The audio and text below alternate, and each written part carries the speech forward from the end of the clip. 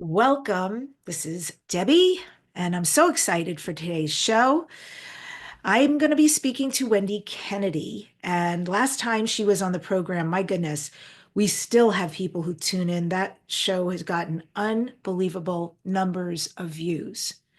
It is so exciting to me because I think this is the conversation today, personally for me and my tribe, and the timeline we're on. So, who is Wendy, in case you don't know? And I know many of you do, but if you do not know, she is a prominent channel. She's a spiritual teacher, and she channels the ninth Pleiadian. It's the ninth dimensional Pleiadian collective. And folks, this show has won 3 Talk Radio Positive Change Awards, the COVR Award for Best Podcast. Whelp magazine named Dare to Dream one of the top 20 best podcasts to listen to, and it's high ranking on Apple Podcasts. Very exciting news.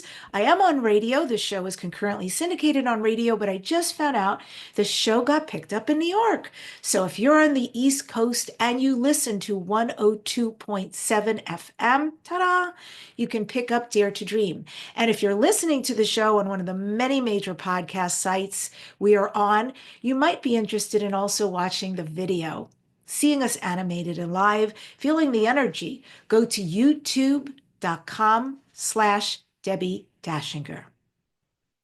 I'm thanking the sponsors for the show, beautiful energy work they do out in the world. If you'd like to become a facilitator or take one of their classes, go to Dr. Dane here, HEER.com, or accessconsciousness.com. And if you're someone who's curious about where am I from, past concurrent lifetimes on other planets, what kind of galactic beings have I been? Perfect, because I have a free star seed video and report for you, breaking down over 19 different types of star seeds so you can learn what your galactic lineage is. You can go to debbidashinger.com/starseed. It's DEBBIDACHINGER.com/starseed. My guest, Wendy Kennedy, and I are going to be appearing at 2 different upcoming events that you can now get tickets for because tickets are live. This will be in the show notes, but I'll also verbally let you know. Starting in January, the largest channel panel event in Sedona, Arizona. This is going to be a weekend of workshops with renowned channelers like Daryl Anka, who was just on the show, Wendy Kennedy, who's here today, Jamie Price, Rob Gauthier, and Lisa Royal Holt, longtime friend of mine and the show. I'm also presenting there. So please give yourself the gift of starting your new year off the right way, the best way. Come join us and secure your spot. You can go to debbidashinger.com/Sedona.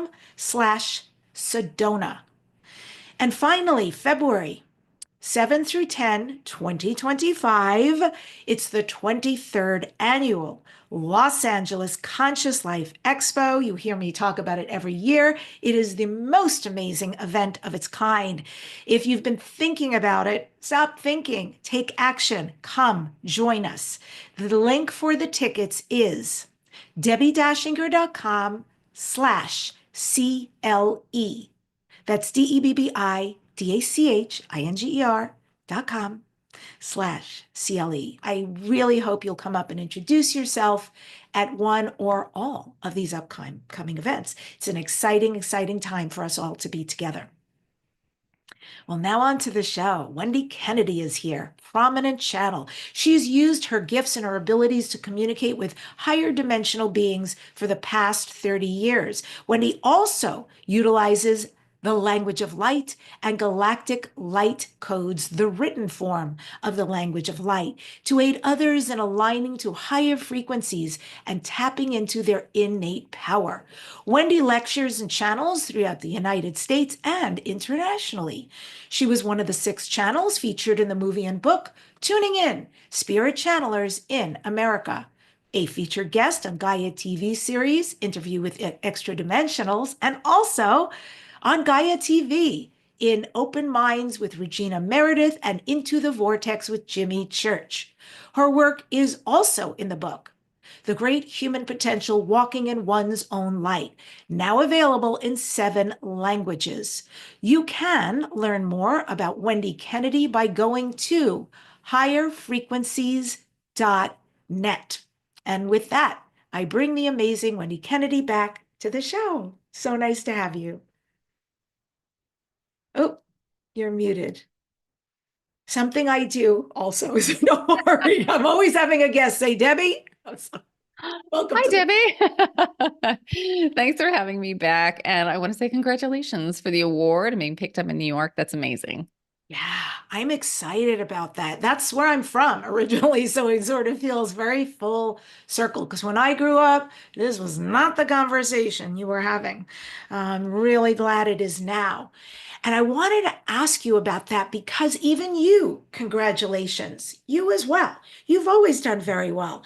But Wendy, I think when I went out to Gaia TV for my first interview, there was a big billboard or a banner with you on it. And I was like, oh, that makes me so happy to see her here, this kind of presence. And I know because I follow you, you're doing so much. What is happening right I, now?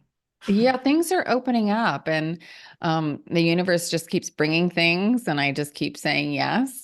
I think it's the time. I think people are finally ready to hear what the Pleiadians have to share. I mean, for me, it's been a 30-year journey. So it's kind of amazing to see that there are so many people who are interested in that. And it really has grown exponentially in the last few years. Have you seen that on your end? Oh, yes, I absolutely have. And even in the forums like Conscious Life Expo, I've seen those events massively shift and transform. And what's really interesting, I have some friends who offer programs and they're having a little bit of problem filling, like live retreats or live workshops that people might fly in for. I also think what's happening is there's this plethora of options right now. It used to be, oh, I could go do this, and that was singular. And now it's multiple. There are so many options to explore with really gifted people. Yeah, I think that's definitely true. You didn't have a lot to choose from, and now there is a lot out there. There are a lot of people doing some amazing work. Yeah. And tell us about you. What's happening? What should be aware of? What are you offering? Because I want to make sure I know you're going to be channeling in a little bit, and I want to make sure that we cover you too. Yeah, so there are a lot of events that are coming up. You already mentioned two of those. So I will be in Sedona with you. We'll be doing a main stage presentation, and then I'll also be doing a workshop there. And, if people can't travel to Sedona, they can also get online tickets for the main stage presentations, which is really cool. And then in February, the beginning of February, the 7th through the 10th is LA, the Conscious Life Expo.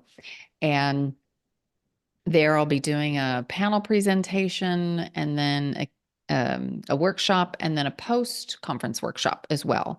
And that one's on channeling. So lots of options there at the Conscious Life Expo. And then from February 23rd through the 25th, I'm in Orlando, Florida for the Wisdom of Light conference there. So lots of things happening. I know they're trying to build that on the East Coast because it seems like a lot of events are out there on the West Coast. So we're trying to find some balance there and make it easier for everybody to travel, to be in person, and to make those amazing connections. And there is something that's very special that happens when you get together, and you don't always experience that online. You can kind of get a sense of that online, but when you're there with people, there's a very special energy. So I'm very excited to be able to go and to meet people live and to share that energy.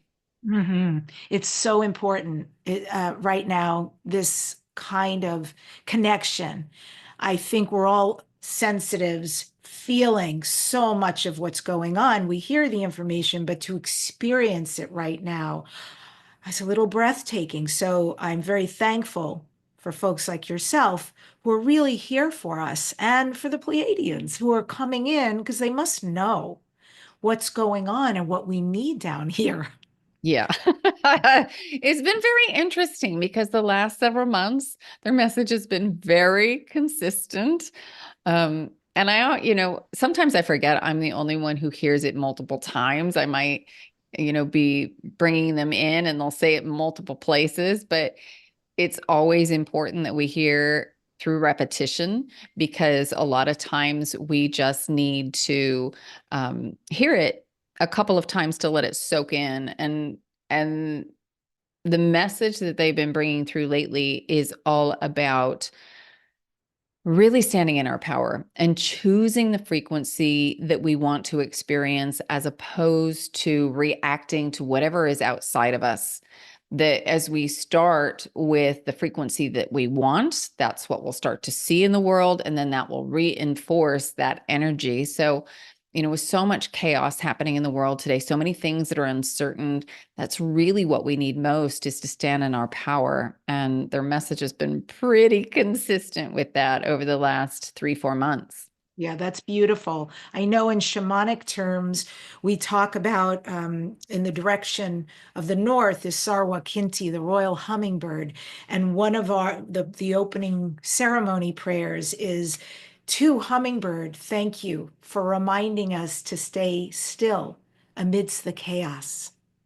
And it's so relevant right now. And Beautiful. then the second piece for Hummingbird is, and thank you for reminding us to drink of the sweet nectar of life, right? It's about where we put our focus and not to forget with all of what's happening, there's so much good. There's so much to be grateful for, so much for us. And we agreed to be here at this. Yes. Yeah. The guides often joke, they'll say, if you had positive news reports, matter whether it's mainstream or alternative.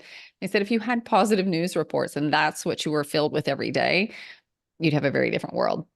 God, that's so true. Energetically, different experience. Yeah. Daryl has said this before. Daryl Anka has said that what he does with me, what you do with me, etc., and ad infinitum out there is called first wave contact. So everybody here, this is a very spiritual tribe of watchers and listeners. We all know we have been visited, we've had relationship with extraterrestrials since the beginning of time. In fact, boop, boop, we are hybrids ourselves, right? We're an amalgam. So we're really part of that equation. So I'm not talking about that, and I'm not talking about what's to come, open, undeniable contact when it will be worldwide and known. But I am talking about the level right before that, which is this first wave contact, why you're going around the country and the world channeling in front of groups, why you come on a show like mine and do this. Can you talk a little bit about what you know about this first wave contact, why it looks like this? So I think there are a couple of different levels and layers to it. And, one of them is to remind people that they are connected, that there is a bigger galactic family out there. And when the information is brought through a channel, it doesn't disrupt somebody's belief systems in such a dramatic way that the rug gets pulled out from under them. I mean, if you had an ET standing right in front of you physically, it would be such a shock and shatter your perspective of reality that it would generate a lot of fear. And that's not what they're interested in doing. And so they will show up in this way to be of support, kind of to prep people to stand in their power, because that's another piece here that if they were just to show up and we've given away our power at the human to human level, which we certainly have, we're not choosing how we want to feel. We're just kind of responding to whatever is happening outside of us. And there's also a lot of control and manipulation. And we can see that just in the basics in advertising and marketing and trying to persuade us to buy products, let alone at deeper levels.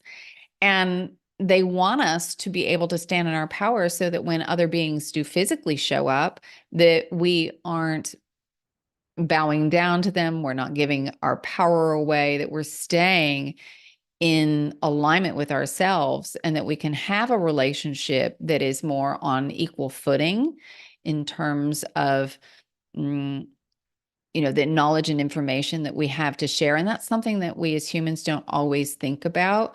We have a lot of creativity. We have a lot of ingenuity. And that's something that's very, very special in the galaxy and in the universe, our level of creativity. And there are beings who are showing up to kind of learn about some of our inventions and the way that we think, because they don't think in that way. They never thought of, putting A with B. And so they get a lot out of their connections with us. And we don't necessarily think about that. We just think that, oh, they're higher dimensional, they got here, they're traveling on ships, they must be so much more sophisticated. And that's not always the case. They may be stronger in one area, but not in another. And so the guides want us to know and understand that. And so we can own our own special gifts, and that we don't kind of surrender our power in that way. So I think that's why they're coming in here and now and just kind of reminding us and helping us to heal so that we're ready when we do have that physical contact. Wow, absolutely. And what is their take then when you talk about what's happening in the world? What is their take and their perspective on current global events or events to most probably occur in the future? Well, they don't give too many probabilities. There are a couple of things that they've talked about. One is disclosure and contact. And they say right now it looks like it'll be sometime in 2026. That's subject to change. But when you talk about probabilities, you also have to talk about the nature of time and how it truly exists, that we move from now moment to now moment to now moment. And that now moment is based on an agreed upon set of circumstances at the collective level, what the collective says has happened in reality. We've had World War I, we've had World War II. And then what your story is at the personal level. You say, oh, well, this happened to me when I was 15 and I'm still carrying that wound. And then this happened at 25 and this happened at 30. So all of that is our base frequency that is the foundation for the now moment experience.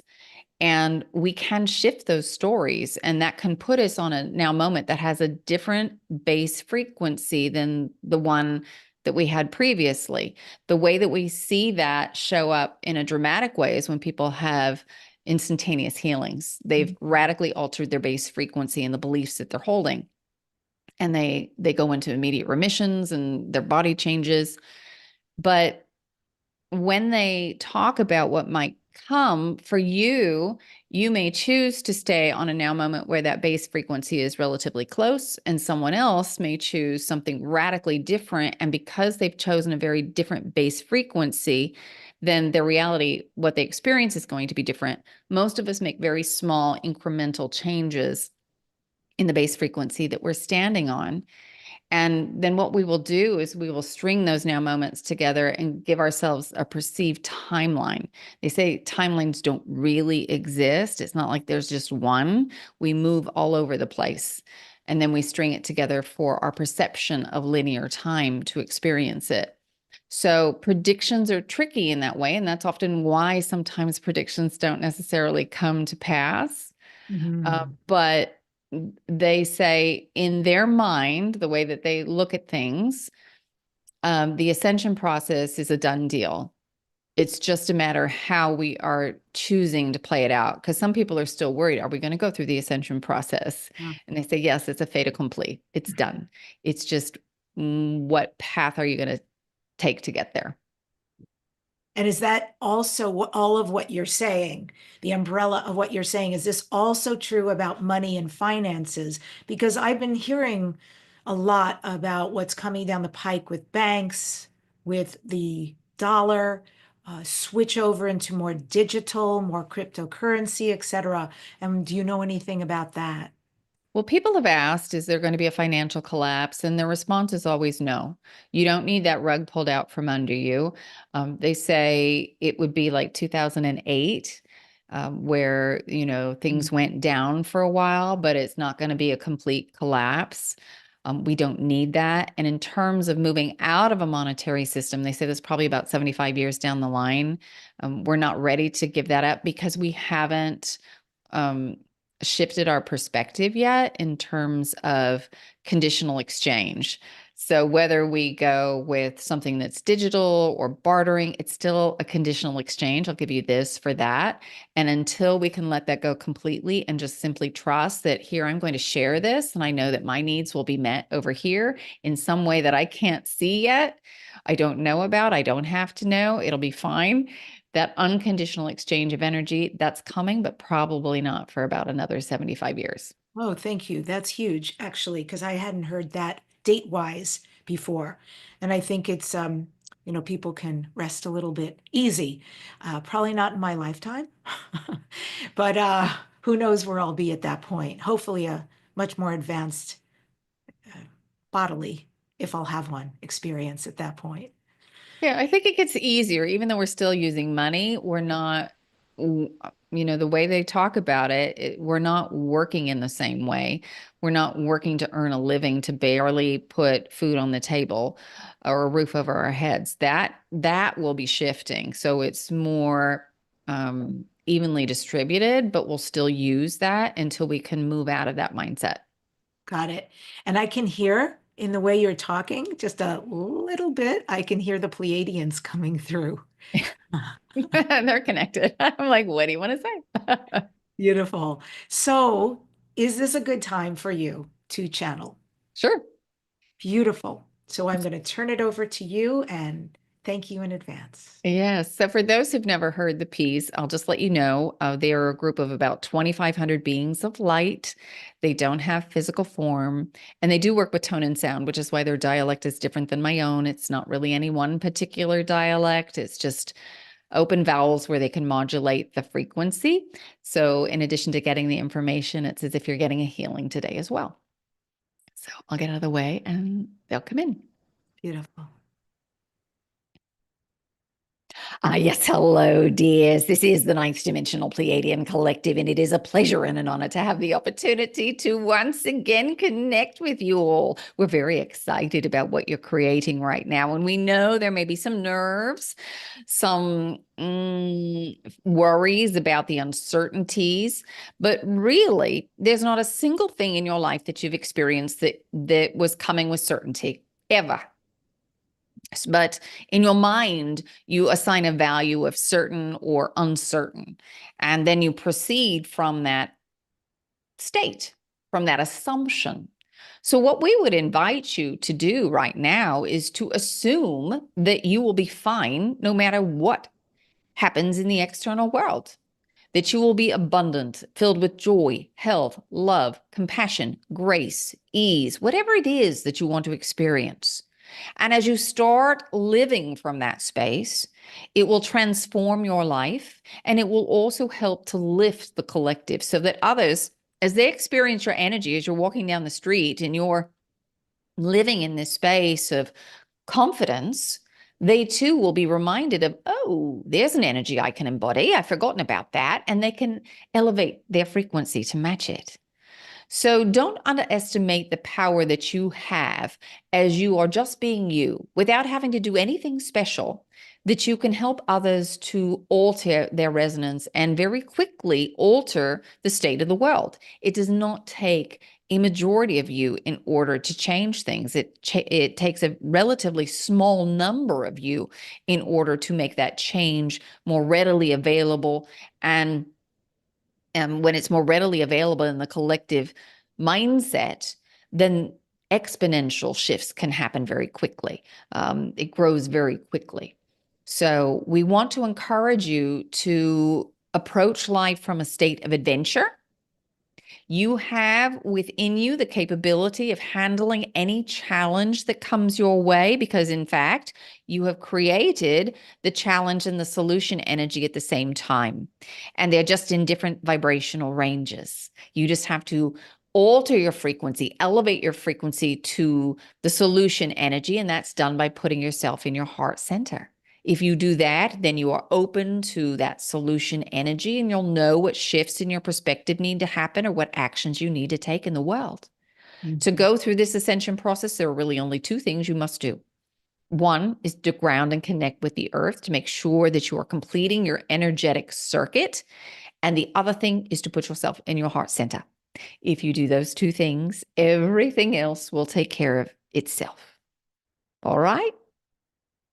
All right. Wow. That was so beautiful. And two things really stood out for me: grounding with the earth, staying in your heart center. I love this because this is very shamanic. These are the things I'm learning have learned are implementing, teaching myself in shamanism. And it's so interesting because it sounds so simplistic. And yet I know from experience by putting my feet in the grass on a daily basis and connecting with the live entity we call Mother Earth, it is profound, the relationship that is developed.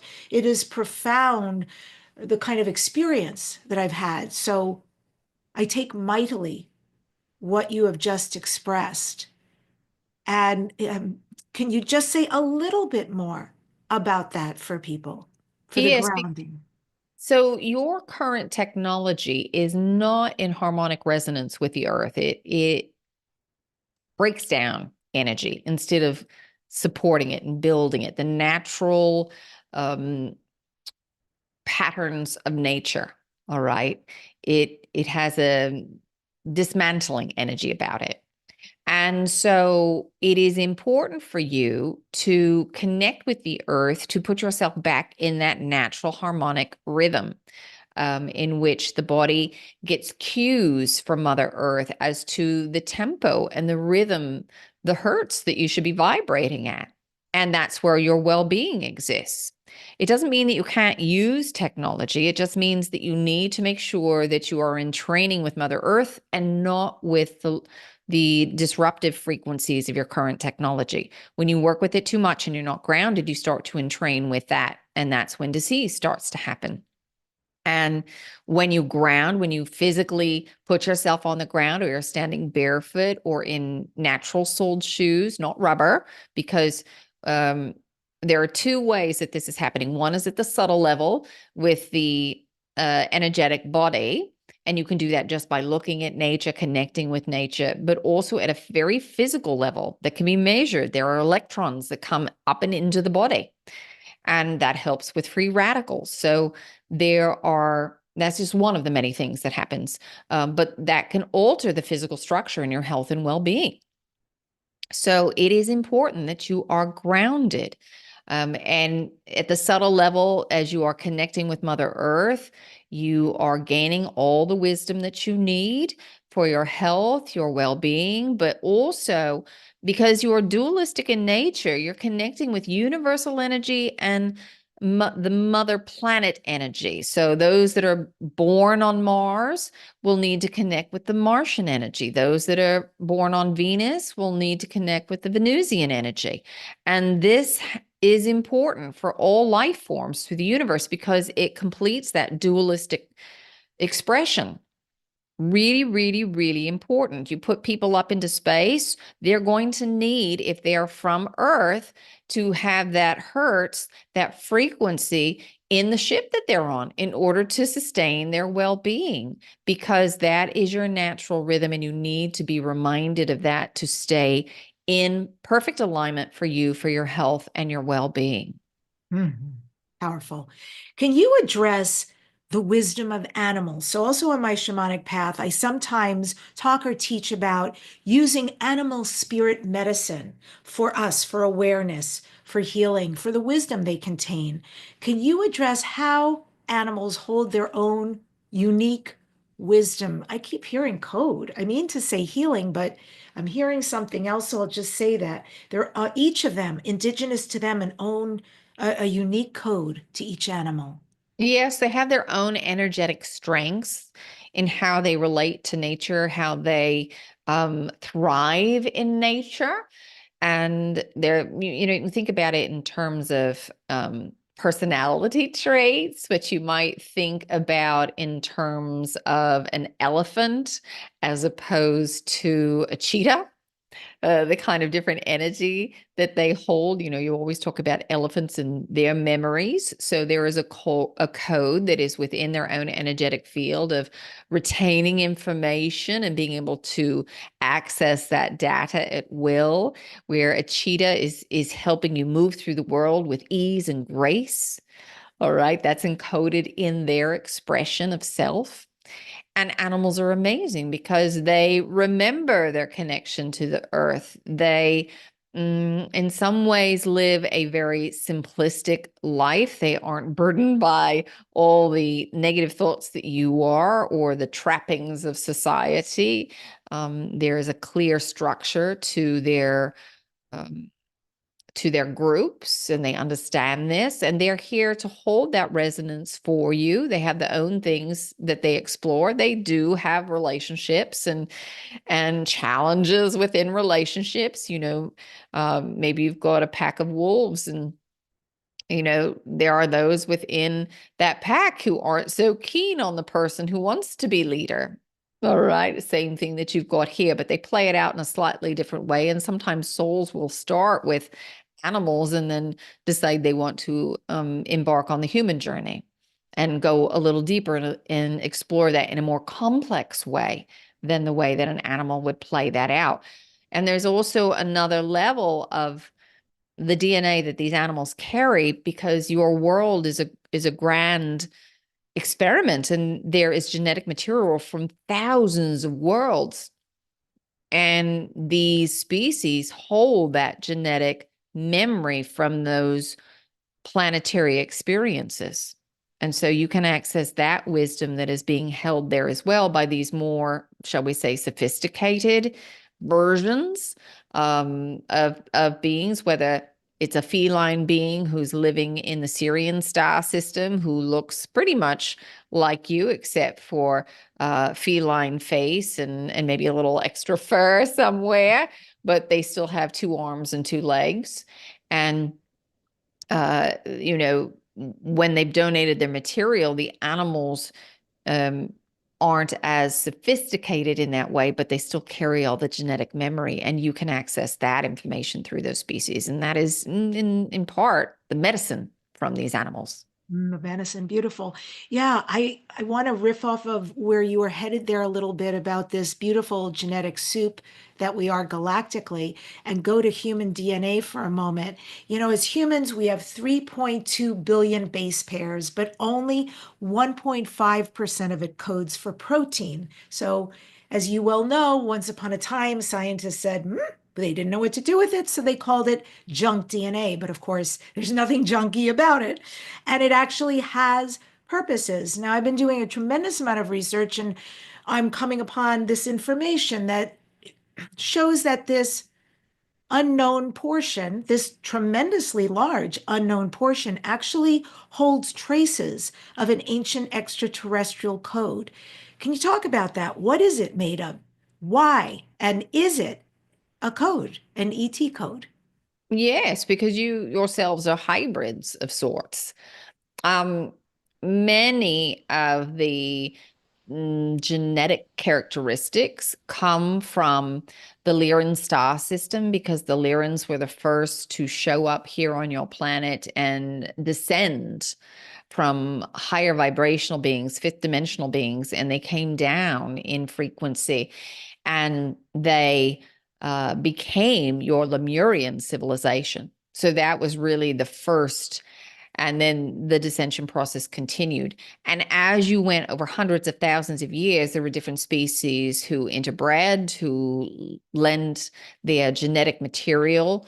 And so you really have 5 seed races that have given their genetic material to you. Now you'll hear different numbers. It depends on how far back you go in the family tree to see, but from our vantage point, we're going pretty far back, and for us, it's rooted in 5. You might hear 12, you might hear 15 seems to be a popular number that's out there as well, but really we see it as being 5 seed races, and they come um, from more humanoid species, and they were quite advanced. And then your DNA has been played with along the way by some other beings who wanted to kind of dominate Earth.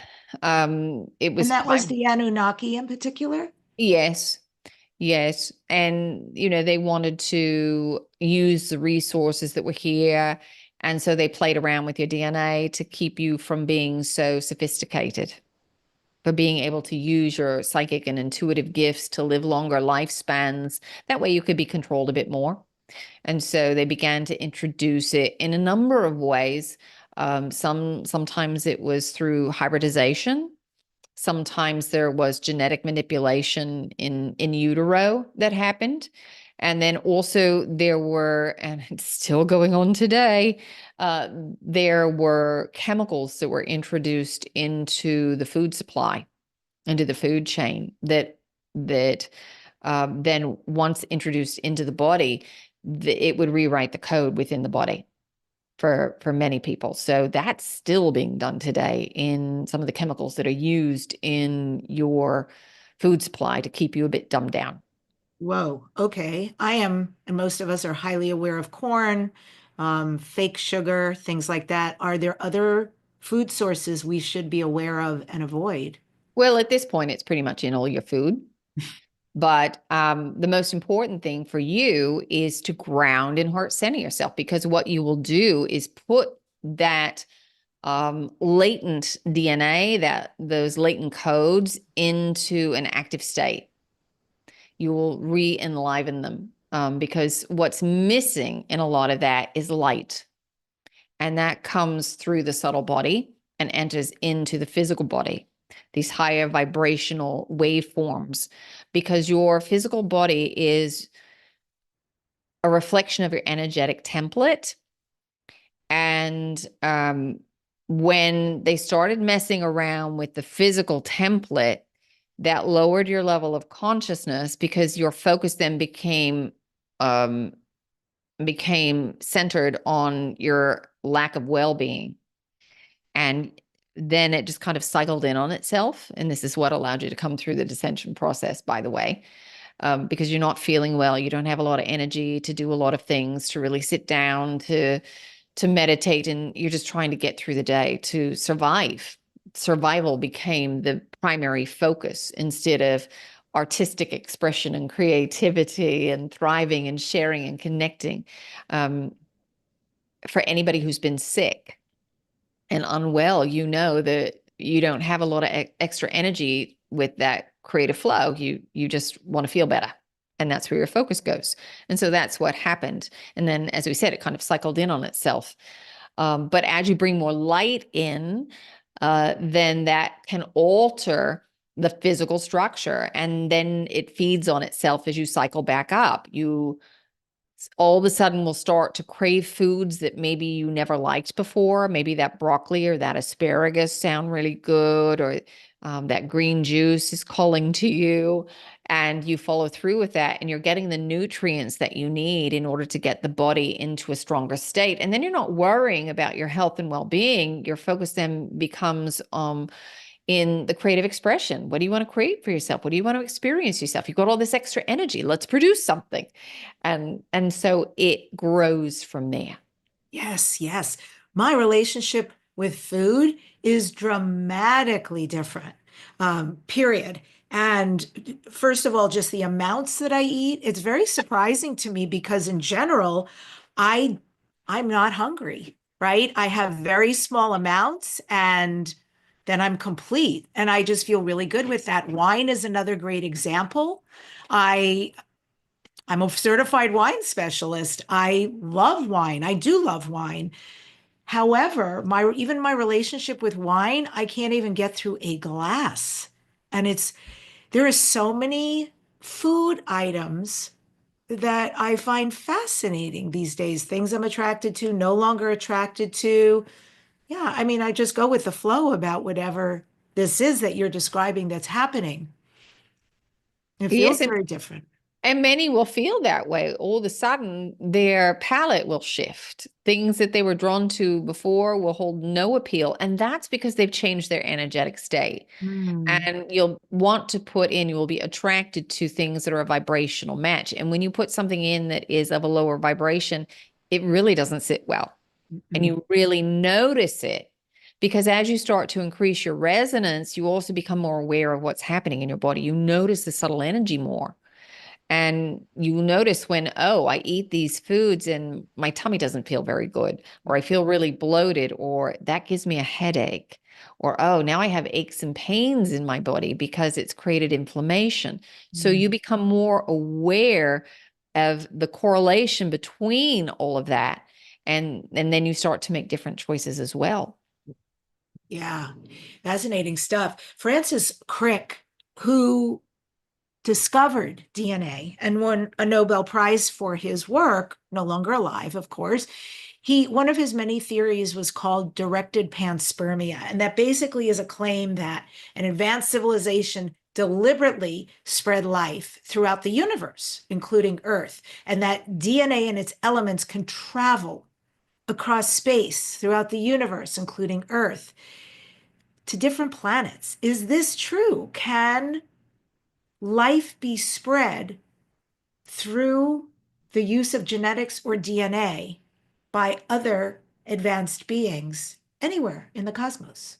Yes, and it is quite regularly.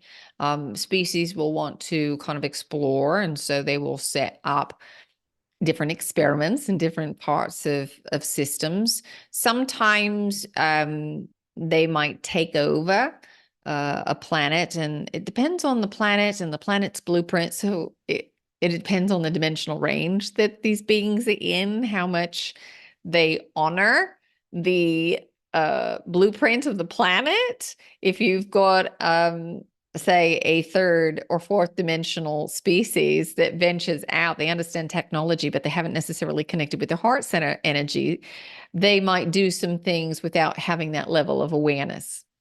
But you've got a sixth, seventh, eighth dimensional being who understands this, who might want to go and explore, and they will choose a planet where they can communicate with the planet and see if the planet wants to undergo that, to explore that, to host that life form.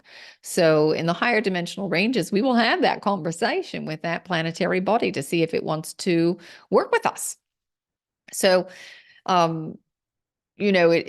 it's a little different in the higher dimensional ranges, but yes, life can be spread that way. And then sometimes it's organized a bit more. Earth was a far more organized and orchestrated event. Was not quite so random. There were some base elements that were already here, but in terms of the life form, that was planned a bit more. Got it. So when grouping DNA as a code, and thank you so much for answering these because this is so huge for my very curious mind. DNA grouped as a code, does it actually serve as a common blueprint for life across the cosmos? And does DNA or genetic sequences become a channel for communication, meaning that our genetic code contains embedded messages from other civilizations and it has, without us knowing, obviously consciously, that somehow we or it can be communicated with? Well, it's holographic in nature. It's fractal in nature. So every molecule in your body contains information of the universe. So when you have DNA, it is a specific expression. How can we explain this to you? So think about it this way. You're in a massive library and there are lots and lots and lots and lots of books, but you're really only interested in a handful. And so there is a little cart that's taken out, and those handful of books are put on that cart, which makes it easy for you to go and reference the information that's contained within those books.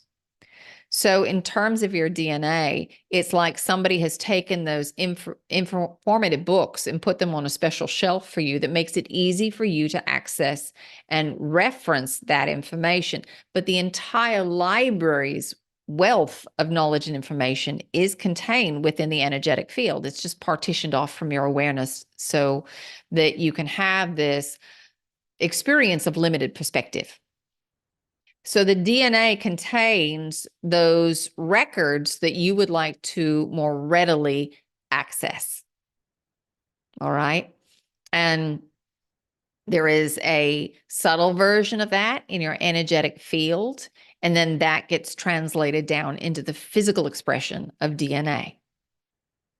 All right. Does that answer your question? Does that help you? Yes, yes. And so with what you just said, then with this DNA intelligence signature, can it be used as a transmission to communicate across interstellar space? Absolutely. So it's about you going inside. That's how it's accessed. And your telomeres also act as antennae. That's another reason why they were shortened. Your lifespan was shortened as a result, but also your DNA acts as antennae for specific resonances. So as you connect with that DNA, and you do it intuitively, or you set an intention about what you want to know about, you can connect with the other species, the different star systems, the Akashic records, the libraries for the information that you are seeking. It's the same as channeling, it's reading subtle energy. So whether you want to connect with us, have a conversation with us, whether you want to go into the Akashic records, the records of everything that has been, is, and will be, you can do that. You can access source energy itself. It doesn't matter, the dearly departed. Those are all different frequency ranges. It's like the radio dial and tuning into the station that you want, but it's all about reading subtle energy. And once you learn how to read subtle energy, you can turn the dial and go to any of those stations.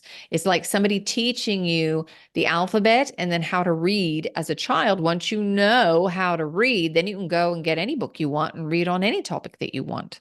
And that's what you all are learning to do. It's all about reading subtle energy. And you start first by paying attention to the subtle energy of your body and what's happening. So once you start to tune into the body, you can go into the body, into the DNA record, if you will, to get the information that you seek. Set an Okay. intention and then allow your imagination to kind of take over at the beginning.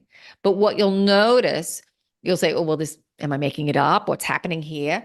But the more you do it, the more you practice and you become aware of the subtle energy of it, you'll notice that it feels different than just your imagination. Your imagination will actually feel very, very flat. The information that you tap into will feel like it has multiple levels and layers to it. Wow. Great. And last DNA question.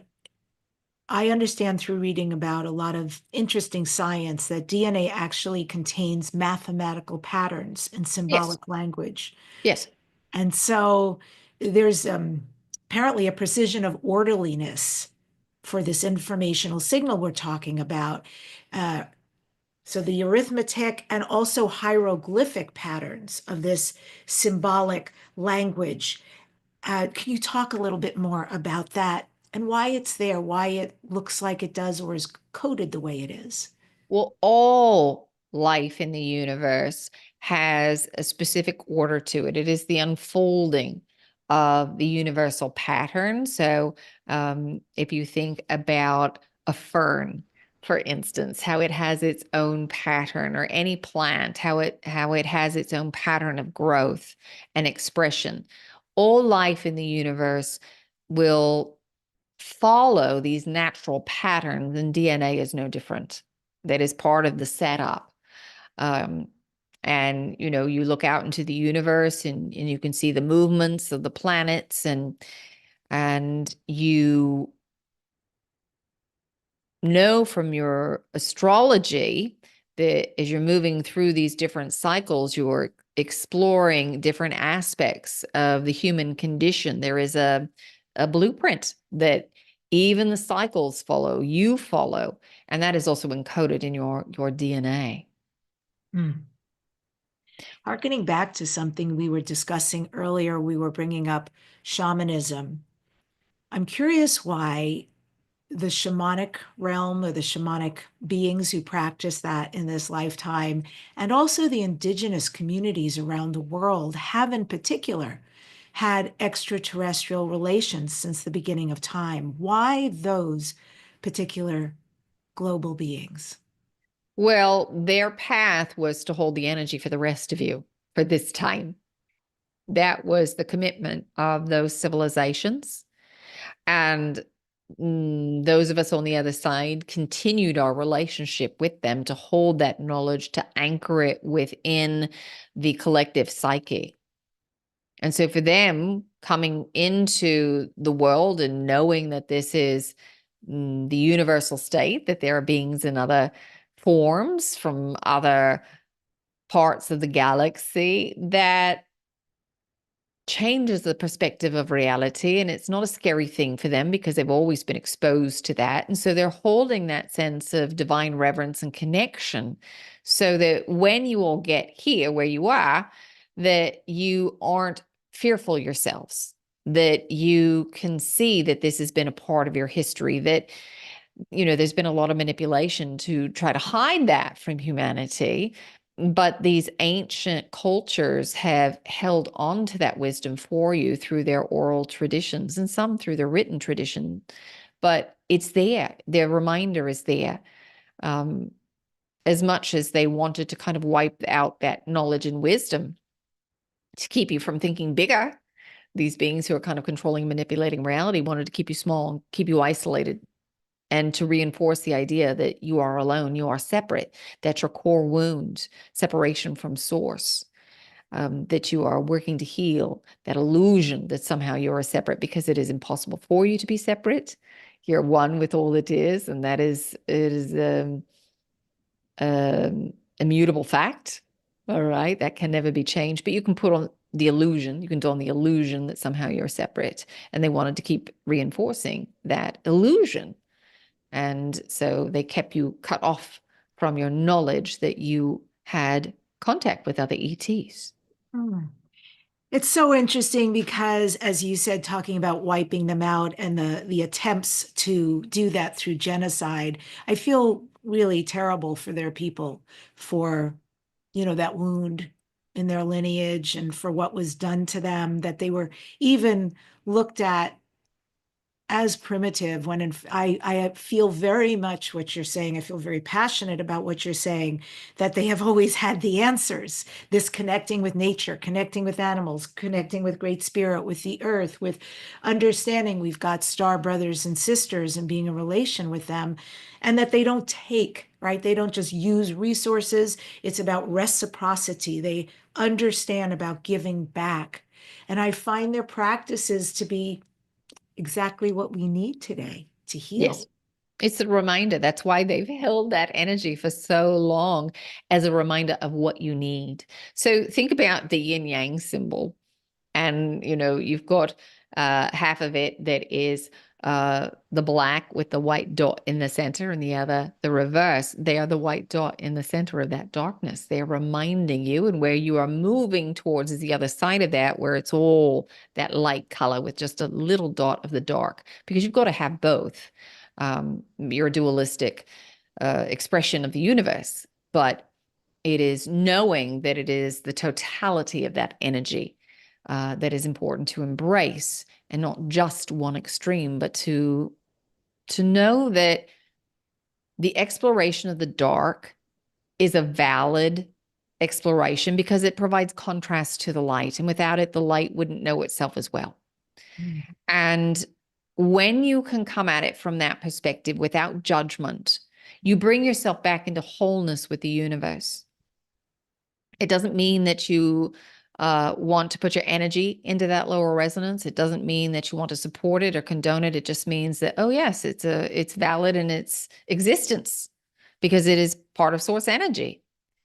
And that's what's also needed on the planet right now. When so many of you are holding so many judgments, it's important for you to simply acknowledge something as being valid. You don't have to feed it, because when you want to make yourself separate from it, you're going to keep in a loop with it. You're going to keep manifesting it. And this is important for people to know and understand, because in the process of manifestation, your judgment will keep you in a loop with that thing that you judge. Even if it's subtle and you say, oh, I want this beautiful thing over here, but the reason that you want it is to avoid the negative. You haven't made peace with the negative aspect yet. And so the universe will keep bringing you that lower reflection until you get it. And you can bring yourself back into a state of inclusion. And you can say, all right, it's fine for it to be over there. I don't judge it.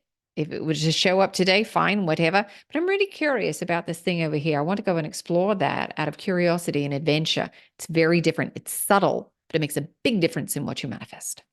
Yeah. Uh, I don't know if this is judgment, but there's many things I've been very skeptical about that have come back for a never say never kind of experience. One of them is about beings who live in the earth. Are there beings or ants who are like people, ant people, etc.? Do creatures of any sort live inside of Earth? And if so, who and why? Yes, they live underground. There are many experiments that are going on this planet, hybrid experiments, and some of them have nothing to do with humans. There are genetic cousins who are here and present and working with different life forms on this planet. Their ancestors may have donated genetic material that then became the octopus or the dolphin. Mm. And so they're here to work with that DNA, and that allows them to connect with some of the collective records, and they learn and they grow from that. So there are many beings that are within the earth. There's underground spaces within the earth. There are also many underwater bases where some of these beings are. You all have barely scratched the surface in terms of understanding your oceans and the depths of your oceans. And so they're just taking residence up there because you're never going in and they're undisturbed. They're not really interested in connecting with humans in that way at this time. But yes, there are beings who do live under the surface. Not always as literally as is described, to describe someone as an ant person, they don't necessarily look like that. It just means that the way that an ant lives and burrows down into the ground and creates tunnels, these beings did the same thing. And so they were given the same label. There are some species who are here who don't look anything like you, but they don't have a whole lot to do with humanity. There are one or two that might use some technology that allows them to project a different facade, a different image for you so that you're not disturbed. You might just pass someone on the street and say, their energy feels really weird. I'm not even sure they're human. And a lot of times it's because they're not. All right. You may be recognizing either a dominant genetic trait that they carry that is not a human genetic trait. They could be part of a hybrid project, or they just may be a being that's off-world who is walking above ground, but projecting this facade. Sometimes that can be done telepathically. There are species who have that ability to project that. Because it does interfere with your brainwave patterns. They can manipulate that a little bit by the frequencies that they project. Sometimes it's a chemical that they exude from their bodies that can interrupt that signal, the way that your brain interprets through the optic nerve. They can then kind of reinsert or send a stronger signal that will override what you might think you're seeing with your eyes. Sometimes that can be done through chemicals that they exude as well. Most who do this will use technology. Very interesting. And just for the listeners, this is the end of part one. We're heading into part two. Harkening a little bit back to what you were saying about the ant people, not really looking like ants, but there's the idea of that, and there's some genetics in there. I read some stories about the Hopi tribe, the Hopi Indians, and the ant people that during one of the previous Earth catastrophes, where everything was being wiped out, that the ant people came to the surface of the earth from underground, and they helped the Hopis and brought them underground, taught them how to fend for themselves, shared their food with them, etc. Is that true? Were there Yes. Hopis? Yeah. Yes. Yes. Yes. So it's kind of hard for you all to kind of wrap your brain around, but every planetary body has a mini sun within it. And that's not really what you've been taught, but this comes from their subtle energetic body. and it radiates out. And so there are species who understand this light, the particles that are being emitted, the subtle energy that's being emitted from the core of the earth or the core of a planet, and that can be harnessed and turned into a frequency range that provides visible light for you. So you can live within the earth and have visible sunlight, for example. There's some alteration that's happening from the energy that's being emitted from the planet itself. So there are civilizations that have chosen to exist subsurface just to stay out of the way. Some of them knew that there, again, would be this time on the planet where the knowledge and information and their ability to connect with you would be very important to help you through the ascension process. And their ancestors made that commitment, and those souls who came in that genetic line made that commitment to be of service in such a way for this time. This is a nexus point on the planet where there is a convergence of many, many lifetimes of experience, karma being integrated, the release of judgment that maybe didn't happen in another lifetime, commitments that were made, people that you wanted to connect with again and try things out in a slightly different way here and now.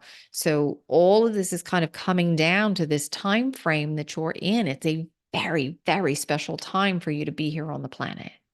Yay, us. Yes, yay you.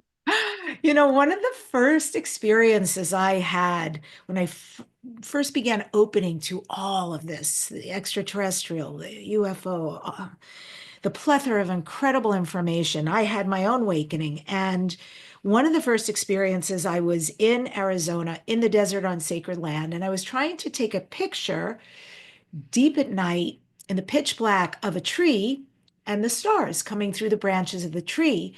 And upon taking these photos, I thought, oh no, my finger keeps getting in the way. Not using a flash so that as much light as possible would come into the cell phone to take the picture. And after a few attempts, I realized, oh, that is not my finger.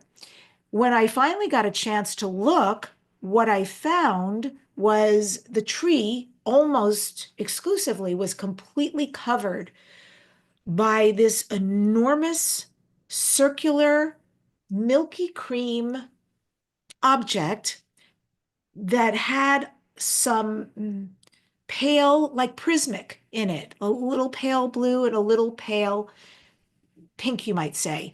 And what was really interesting about it and how I know, oh, that's not just a fairy orb or something, is that way on the bottom of the picture, there was closer to the dirt, there were the little fairy orbs. So compared to these angel or fairy orbs, this thing was big and beautiful. And I've always been very curious, what was that? It's just a different life form. Yeah. Not all of them are physicalized in the way that you are, some that are interacting.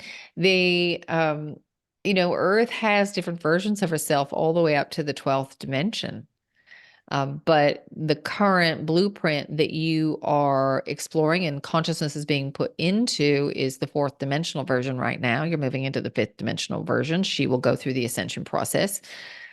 But like every experience in the universe, every choice you make, whether you go left or right, there is a potential for that. And it's just sitting there kind of unenlivened until you all project your consciousness into it. And this is also the truth in terms of the planet. The higher dimensional ranges of her exist. They're just not enlivened at the moment. They're waiting for her to go through the ascension process. So there are some beings who are in different dimensional ranges. And as you are working with your camera, and your frequency is higher, the lens of the camera is able to see what the human eye can't. But you're holding a space, and the camera is enveloped in that's in a higher vibrational range, which is why it's picking up that imagery for you. But they're not necessarily beings who are looking to directly connect with you, but they're curious about you. They know that you're curious about higher dimensional beings, and so they allow themselves to be seen. Oh, well, I love them for that. I really do. I find it all Fascinating. And thank you for that answer. And that leads me to something else. My experiences totally benevolent. Every time I've seen a spacecraft, and at this point, I've seen many very different experiences. I was even in a situation where beings from the future came back to visit, and it's amazing, all of this. However, I understand something else exists. So I recently had somebody on my show. I was interviewing this person who works on a place called Skinwalker Ranch. But, it's not just indigenous to this particular ranch. There are other pockets where there are really creepy, spooky things that happen, where there are portals and very dark things that come through, very menacing things that come through. People get hurt, people die. I have to admit, I don't understand it. I don't really want to ever like be in that position around anything, any kind of energy like that. But why does that exist? Why does such dark, creepy things or beings like that, opportunities on this planet, unexplained mysteries like that, why do they exist that are malevolent? Well, remember, you're living in a dualistic universe. You can't have one without the other. Hmm. So when you experience the darker stuff, it provides contrast for the light, and vice versa. The light provides contrast to the dark. And again, it's a valid exploration of frequency for these beings who want to explore it. It doesn't mean that you want to lend your energy to it, which is why, in general, you don't have those negative experiences, because that's not a frequency you're interested in aligning with. You can acknowledge that it's there. You're not trying to make it separate from yourself by being bad or wrong, but really just saying, all right, it's fine. It's over there. I'm over here. Let's go explore over here. So that will keep you out of a manifestation loop with it. And it just is part of the exploration, part of the journey for souls to really understand the totality of source energy. So source could know itself, it fractured itself into a dualistic universe to provide that contrast. How do you know what a good thing really feels like if you don't know what something less than good feels like? It's hard to describe it if you don't have something to compare it to. And so universe thought, well, wouldn't this be fun? So it's as simple as that. Now, when you go to some of these places and you feel that energy, sometimes it can be because dark magic has been performed. The only difference between light and dark is that the intention for dark is for personal gain. The intention for light is for the inclusion and the benefit of all. That's the only difference between light and dark. So when you go to some of these places and the energy is heavier, it's because somebody has done something that the intention was not for the benefit, the highest benefit for everyone involved. It was for the amassing of personal power. And then beings who are in alignment with that agenda for their own personal power then can use that as a portal or a way in to connect, because that baseline has been established in that location. You can clear that as you start to clear the energetic lines in that area, the ley lines in that area. It creates such a high resonance that that lower energy can't come in anymore. All right, they need a space that is welcoming and accepting, and that's too high. And if they don't want to increase their resonance, then they're going to go away. Well, that makes total sense. Is there more activity on this planet than ever with cryptids, with interdimensionals, or extraterrestrial visits and or relationships with humans? Absolutely. Because remember what we said, this is kind of a nexus point. And this ascension process that you go through will have a ripple effect through the entire universe.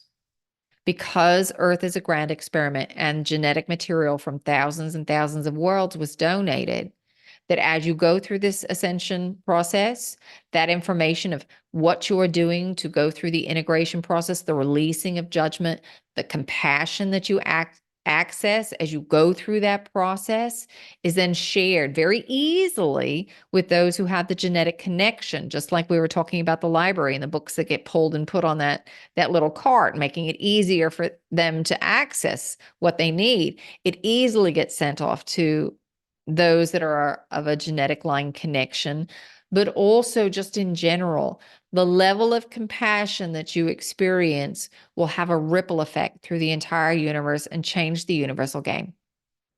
That's why there are so many beings who are present and interested in what is going on this planet. You have a very unique makeup. Energetically, your blueprints are quite complex, and the level of compassion that you access is not accessed anywhere else in the universe, because you are on a planet that has such extremes in duality.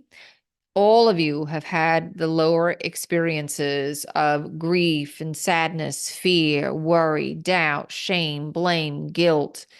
You know what that feels like in contrast to the higher frequencies of joy, love, peace, gratitude. You've embodied it. And because you've embodied it, it allows you to have greater compassion for somebody else who's going through that lower vibrational experience. You've all been there, you've done that.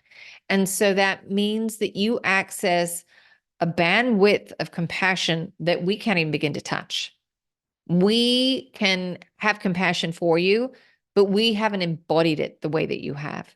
And because you've embodied it, you are accessing a lot stronger signal of compassion and just a larger bandwidth of it. So that then gets shared with the universe as you go through this ascension process. And there are some species who don't have a lot of compassion. They have been so mind oriented, they've lost connection with their emotional states.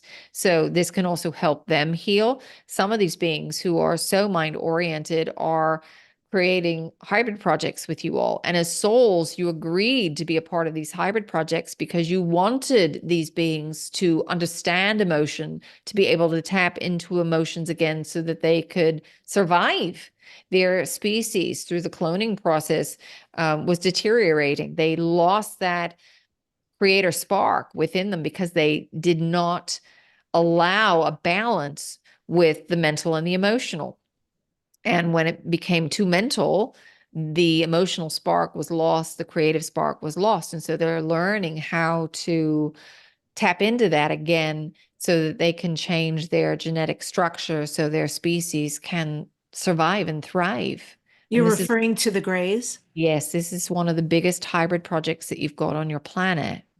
And those that are a part of the projects agreed at the soul level to be a part of the project. The ego might have a different perspective, but the soul said, yes, I want to be of service in such a way. And most of you thought, especially at the beginning, that, well, I'm not going to remember it. It's not going to really interfere with my life. But you're getting to a point here where that is bleeding. And those memories are kind of seeping in, and it can feel a little scary as you start to remember it and not really understanding what's going on or what you at the soul level committed to. So there can be a lot of fear still around all of that. There's a lot of victimhood that's around all of that. And we understand that some of these beings don't have the softest demeanor about them because, again, that's why you're helping them. They don't have a huge amount of compassion, or they're not tapping into their emotions. It's illogical for them. And so here you are, a very emotional being, freaking out and having a very hard time. And they don't necessarily know how to handle all that or how to work with that. And so there are other species that have also stepped in within the last 2 decades to kind of help you all to create a different level of healing around some of those contracts that you made with these other species. Yeah. It okay, I'm going to shift to the Lyrans and my people, the lion beings for sure. I have a lot of dominance with that galactic heritage. And I understand Lyran civilization, one of the oldest, if not the oldest in our galaxy. And Earth is also said to have Lyran genetic roots. And you mentioned earlier the Lyrans becoming, well, many things I know galactically, but also Lemurians. How has this ancestral connection with the Lyrans influenced us? Are there latent Lyran traits that we can access or develop? And what does Lyran, what do the Lyran beings offer to help humanity navigate all of these changes now and unlock our full potential? So many Lyrans are showing up to help you with healing specifically right now because that's what's needed, and they're quite good at that. But generally speaking, there are 7 star systems with which Earth most closely aligns with their archetypal patterns. So you have Lyra or Lyra, however you want to say it, the Pleiades, Arcturus, Orion, Sirius, Cassiopeia, and then the Andromeda star system. So those are the 7 with which you most closely align, the archetypal patterns. So for those coming from the Lyran star system, there's a lot of healing energy there, but there's also a lot of energy around the AI wars that occurred there, about fairness and about the inclusion of everyone, because during the Lyran Wars, there were very sophisticated AIs that were so sophisticated that beings thought, well, wouldn't this be interesting to incarnate into that body, to step into it? Because whether you are a quote unquote biologic or whether you're an AI, you're still built from the same universal molecules. It's just slightly different in the origin and how it comes to be. One is an internal creation and the other is an external. But they became so sophisticated that souls said, oh, let's step in and let's have this experience. And in that system, they were so judged as being secondary, second class citizens, as it were, that the wars broke out. And many of those beings went off to the Andromedan system. Now, Andromeda is your sister galaxy, and the setup for your sister galaxy is slightly different. Here in this galaxy, the way that you kind of play it out, you all want everybody on the same page. All right, in order to feel safe, we've got everybody thinking the same way. Great. In that system, the expectation is that if somebody else is doing it, you need to do it in a slightly different way so that you can all add that knowledge to the collective. There's no point in doing it if somebody's already doing it because you can just access their records. So do it slightly differently. So the creative process is slightly different. But you can see how that program of having second-class citizens plays out on your planet. This has happened again and again and again, whether that's because of somebody's race, whether that's because of their religious beliefs, because of their sexual orientation. There's always something that you all will take on to make you feel less than. And so that's some of the energies that come from the Lyran star system for you to work with. From the Pleiades, a lot of it has to do with teaching, with record keeping, with healing. From Sirius, a lot of that is commerce and diversity. Orion has to do with control and manipulation, learning how to move above the control and the manipulation. Then you've got Cassiopeia, which is all about the arts and beauty and the expression of the soul. And then, as we said, the Andromeda system. Arcturus is also healing, a lot of healing. Arcturus is the first system that beings came into in this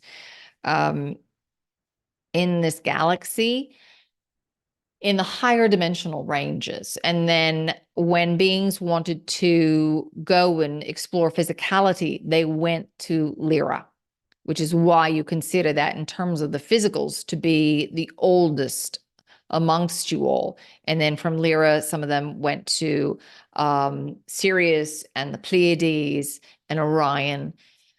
So, you all kind of spread out from there.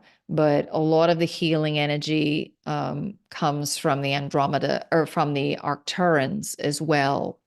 You've got healing in Sirius as well. There are lots of water worlds, dolphins. There's a lot of healing energy with that, but it's very diverse there in Sirius.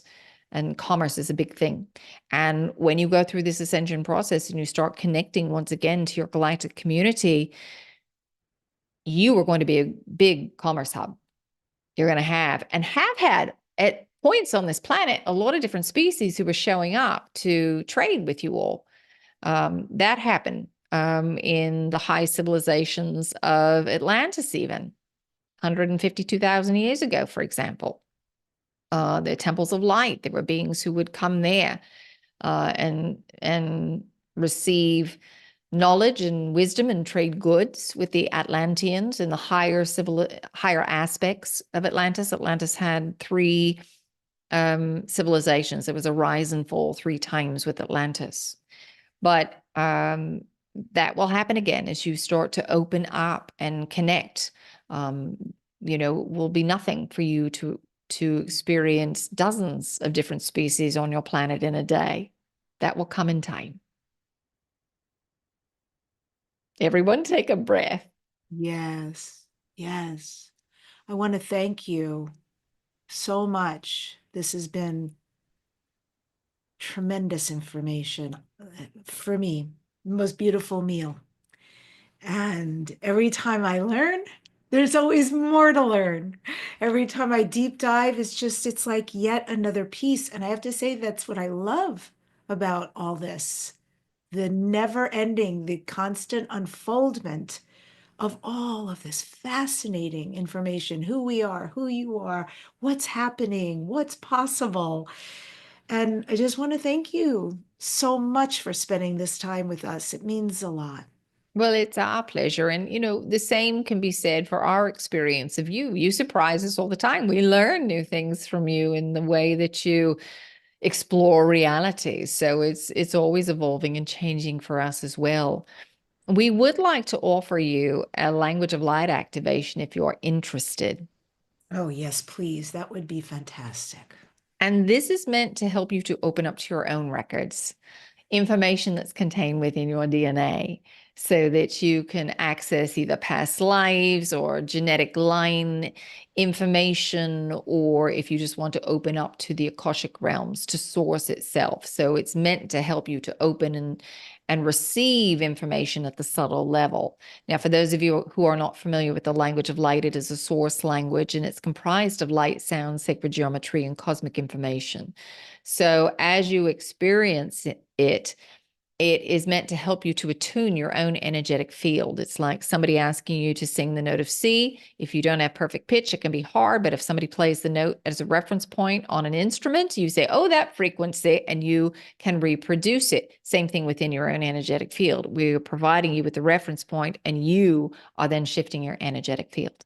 So there's really nothing that you need to know or do. It's meant to bypass the traditional language centers of the brain and speak directly to you, the divine being of light, having this physical experience. All right, so take a nice deep breath.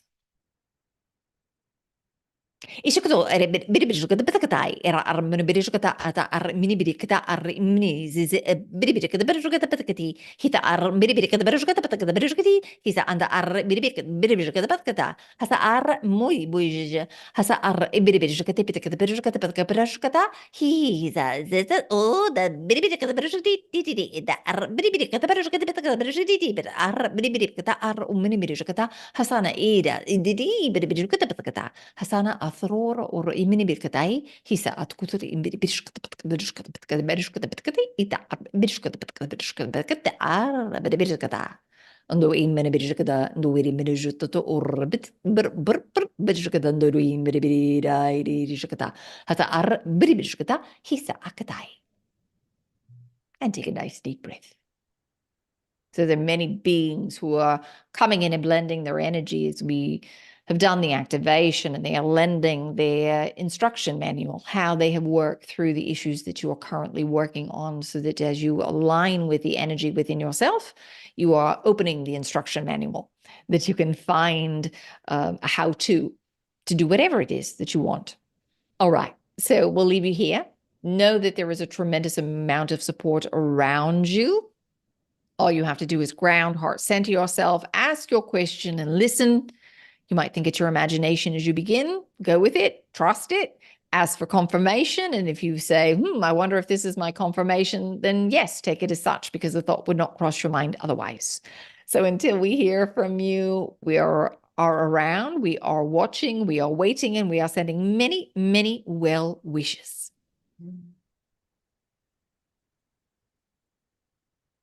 That was joyful. Hello. Absolutely joyful. Oh, Very interesting questions. I don't often think about some of those things to ask them. So I love to hear the answers when you ask such amazing questions. So thank you for that. oh, you're welcome. Some new So bits and much. pieces for me. Yeah. And there's so much even more where that comes from. I have to sometimes contain myself because the excitement and the curiosity is rather grand in my space.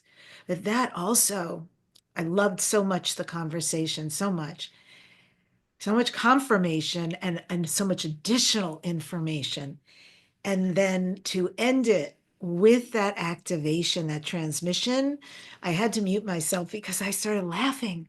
It felt really was a portion that all I was receiving was this incredible joy. And there were other pieces. I could feel nuances energetically and what was coming.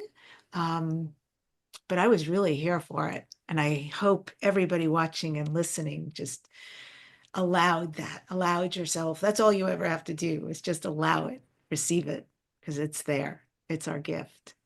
Yeah. And once we hear it, it's recorded in our energetic field. So we can reconnect with that at any time.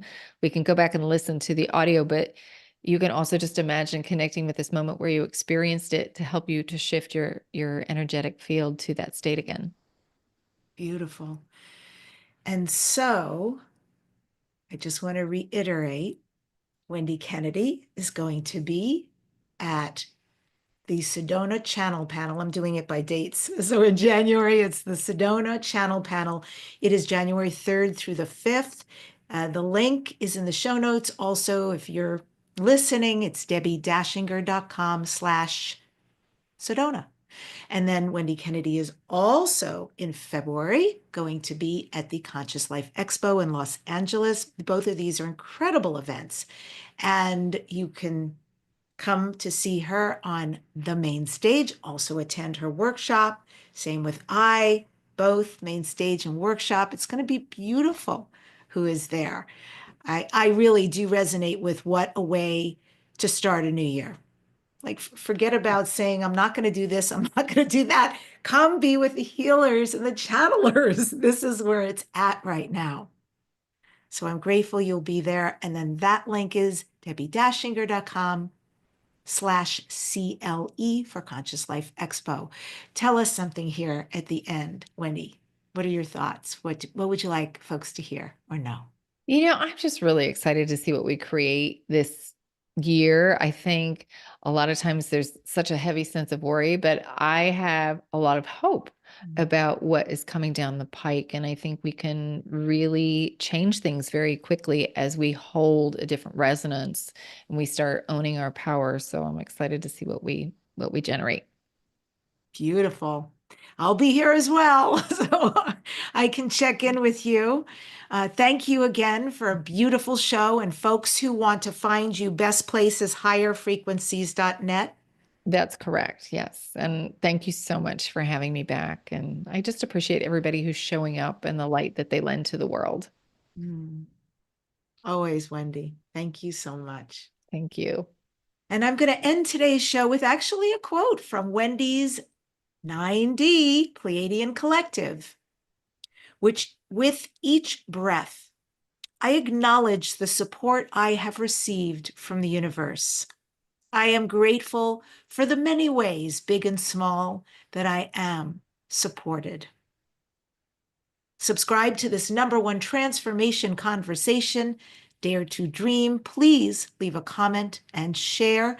In the next weeks on the show, it's going to be beautiful. All these people you want to be connected. Suzanne Giesman will be here. Thomas Winterton from the Skinwalker Ranch, Rebecca Dawson, Trisha McCannon, Jason Quitt, and Barbara Lamb, just some of the many.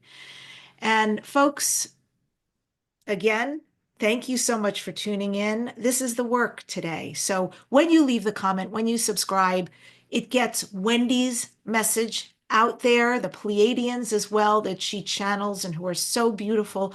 There's so many people hungry for this information. So help us to help folks around the world. The more you do comment, the more the matrix just starts popping it in front of other people who resonate with this and are looking for it.